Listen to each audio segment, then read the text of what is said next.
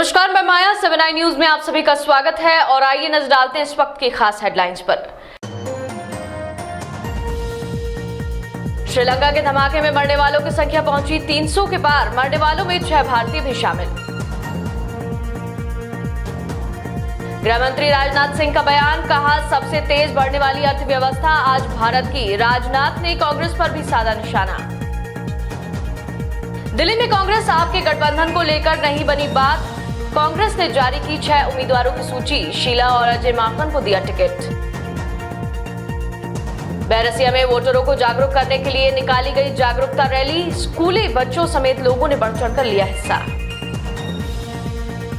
और इंदौर में कांग्रेस के सांघवी के सामने बीजेपी ने दिया शंकर लालवानी को टिकट। शिवराज और ताई के करीबी है लालवानी। दिल्ली में गठबंधन को लेकर लंबे समय तक चली खींचतान के बाद आखिरकार कांग्रेस ने अपने उम्मीदवारों का ऐलान कर दिया है। सोमवार सुबह कांग्रेस ने दिल्ली की 7 सीटों में से 6 के उम्मीदवारों की घोषणा की है। इस लिस्ट में शीला दीक्षित, जेपी अग्रवाल, अरविंदर सिंह लवली, अजय माकन समेत कई दिग्गजों का नाम शामिल है। कांग्रेस की लिस्ट सामने आने के बाद दिल्ली की जंग और भी दिलचस्प हो गई है। कांग्रेस की जारी लिस्ट में पुराने योद्धाओं पर दांव लगाया गया है। इस बार चांदनी चौक से जेपी अग्रवाल, नॉर्थ ईस्ट दिल्ली से शीला दीक्षित, ईस्ट दिल्ली से अरविंद सिंह लवली, नई दिल्ली से अजय माकन, नॉर्थ वेस्ट दिल्ली से राजेश लिलोथिया और वेस्ट दिल्ली से महाबल मिश्रा मैदान में है। कांग्रेस ने अभी साउथ दिल्ली से अपने उम्मीदवार का ऐलान नहीं किया है। रविवार को श्रीलंका में इतिहास का सबसे भीषण हमला हुआ। इस द्वीपीय देश में 8 सीरियल ब्लास्ट में अब तक 290 लोगों की मौत हो चुकी है। मृतकों की संख्या लगातार बढ़ती जा रही है। इधर श्रीलंकाई पुलिस ने अब तक 24 संदिग्धों को गिरफ्तार किया है। इस हमले को लेकर पहले से अलर्ट था। 10 दिन पहले के एक अलर्ट के मुताबिक श्रीलंका को एक विदेशी खुफिया एजेंसी ने सतर्क किया था। इसमें कहा गया था कि कोलंबो में बड़े चर्च और भारतीय उच्चायोग को निशाना बनाने का प्लान है। इसमें नेशनल तौहीद जमात नाम के एक कट्टरपंथी संगठन का नाम लिया गया था।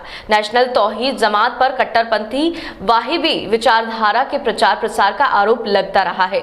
ये संगठन पिछले साल भी सुर्खियों में आया था, जब इस पर श्रीलंका में बौद्ध मूर्तियां तोड़ने का आरोप लगा था। श्रीलंका में रविवार को हुए ईस्टर के दिन बम धमाकों में सोमवार को 2 और भारतीयों की मौत की पुष्टि हुई है। रविवार तक इन धमाकों में केरल की एक महिला समेत 4 भारतीयों की मौत की जानकारी थी। केरल राज्य सरकार की एजेंसी के एक प्रवक्ता ने बताया कि वे ब्लास्ट में मारे गए भारतीयों के शव को भारत लाने के लिए कोलंबो में मौजूद भारतीय उच्चायुक्त के संपर्क में बने हुए हैं। विदेश मंत्री सुषमा स्वराज ने धमाके में मारे गए 2 अन्य लोगों की सोमवार को पहचान भी की। सुषमा ने कोलंबो में भारतीय उच्चायुक्त ने ट्वीट को रीट्वीट करते हुए किया, जिसमें लिखा था कि हम बड़े दुख के साथ कल हुए हमले में 2 लोगों के जी हनुमंतयरप्पा और एम रंगयप्पा के निधन की पुष्टि करते हैं। रविवार की शाम मुख्यालय से करीब 4 किलोमीटर दूर ग्राम कुम्हाड़ी तिराहे के पास एक यात्री बस कार को टक्कर मारते हुए सड़क किनारे पलट गई। बस में 30 से ज्यादा यात्री सवार थे, जिसमें करीब 18 यात्री गंभीर रूप से घायल हो गए, जिन्हें इलाज के लिए एम्बुलेंस की मदद से जिला अस्पताल में भर्ती कराया गया। लोकसभा चुनाव 2019 के चलते इंदौर संसदीय सीट से कांग्रेस प्रत्याशी पंकज सांघवी ग्रामीण क्षेत्र के देपालपुर पहुंचे, जहां क्षेत्रीय विधायक विशाल पटेल ने कांग्रेसी कार्यकर्ताओं का सम्मेलन रखा था। सांघवी ने कांग्रेस के बूथ स्तर कार्यकर्ताओं से मिले और कांग्रेस को जिताने की बात कही। सांघवी ने कहा कि 8 बार की सांसद और लोकसभा स्पीकर सुमित्रा महाजन की निष्क्रियता किसी से छुपी नहीं है। उन्होंने क्षेत्र में ठीक से काम नहीं किया है। उनके द्वारा गोद लिए गए गांव की दशा बिगड़ती हुई है। अब ऐसे में 8 बार की सांसद सुमित्रा महाजन से वापस चाबी लेने की बारी आई है।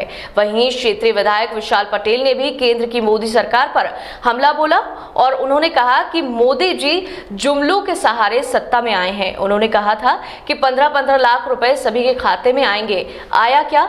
इसी के साथ सभी कांग्रेस कार्यकर्ताओं से क्षेत्रीय विधायक विशाल पटेल ने लोकसभा उम्मीदवार पंकज सांघवी को जिताने की अपील की है और सभी से संकल्प दिलवाया है। कांग्रेस परिवार का एक सम्मेलन रखा था, जिसमें एक दूसरे से परिचय हुआ माननीय पंकज सांघवी जी का, और सभी ने मुझे विश्वास दिलाया है कि जिस प्रकार से मेरा यहाँ से विजय का परचम लगाया था, उसी प्रकार से यहाँ से 20 से 25,000 वोटों से हम देपालपुर विधानसभा कांग्रेस पार्टी जीत कर देगी। 15 साल उनकी सरकार रही, हार गई ना। कभी कभी कोई अवैध कॉलोनी भेद करी। कमलनाथ जी ने 2 महीने के अंदर 164 कॉलोनी भेद करी। कहीं रोजगार मिला, कोई इंडस्ट्रियाँ डली, कुछ नहीं किया, सिर्फ लफ्फाजी करी, झूठ बोला। जैसे पार्टी का नेता है लफ्फाजी करता है, ऐसा ही उनकी पार्टी में सब सीखता है। केंद्रीय गृह मंत्री राजनाथ सिंह एक दिवसीय दौरे पर सिंगरौली पहुंचे, जहां उन्होंने बेढ़न के रामलीला मैदान पर चुनावी सभा को संबोधित किया और भाजपा प्रत्याशी रीति पाठक के पक्ष में लोगों से वोट देने की अपील की। इस दौरान केंद्रीय मंत्री राजनाथ सिंह ने कहा कि सबसे तेज बढ़ने वाली अर्थव्यवस्था भारत की है। राजनाथ ने यह भी कहा कि मैं लोगों की आंखों में धूल झोंक राजनीति नहीं करता और इसलिए कहता हूं कि आने वाले समय में भारत विश्व के टॉप 3 देशों में शामिल होगा। कांग्रेस पर निशाना साधते हुए उन्होंने कहा कि मैं पंडित जवाहरलाल नेहरू, इंदिरा गांधी, राजीव गांधी का सम्मान करता हूं, लेकिन इन सब ने गरीबी हटाने के लिए कहा था, लेकिन कार्य में कहीं न कहीं कमी थी, जिसकी वजह से गरीबी नहीं हटी। सिंगरौली से शिवेंद्र धर द्विवेदी की रिपोर्ट। गुमराह नहीं करता, और मैं तो कहता हूं प्रेस के दोस्तों, यदि हमारी बात कोई गलत हो आप हमको लिख कर दे दीजिएगा, बता दीजिएगा, हम क्षमा मांग लेंगे। क्योंकि जनता की आंखों में धूल झोंक कर जिंदगी में नहीं राजनीति की है, तो मैं आज कैसे राजनीति। आप किसी से पूछ लीजिए, कुछ ही महीनों के बाद जो आज हमारा भारत दुनिया के टॉप के 10 देशों में 6ठे स्थान पर पहुंचा है, कुछ ही महीनों के बाद 5वें स्थान पर पहुंचा है। और आज आप नोट कर लीजिएगा, भारत ऐसे ही तेजी के साथ आगे बढ़ता रहा। 2030-2031 आते आते रूस, चीन, अमेरिका में से एक देश को पीछे छोड़कर हमारा भारत दुनिया की टॉप 3 कंट्रीज में आकर खड़ा हो जाता है। इसी तेजी से भारत। बैरसिया में नजीराबाद संकुल के शिक्षकों द्वारा मतदाता जागरूकता रैली का आयोजन किया गया, जिसमें मतदाताओं से अपील की गई है कि मतदाता जागरूक हों और अपने मत का उपयोग अवश्य करें। मतदाता जागरूकता रैली नगर के मुख्य मार्गों से होकर निकली और लोगों को मतदान के लिए जागरूक किया गया। रैली में विशेष रूप से नजीराबाद संकुल केंद्र के समस्त शिक्षक बड़ी संख्या में मौजूद रहे। बैरसिया से राकेश तोमर की रिपोर्ट। मतदाता जागरूक रैली शिक्षा विभाग द्वारा और संकुल के समस्त शिक्षकों ने द्वारा निकाली गई।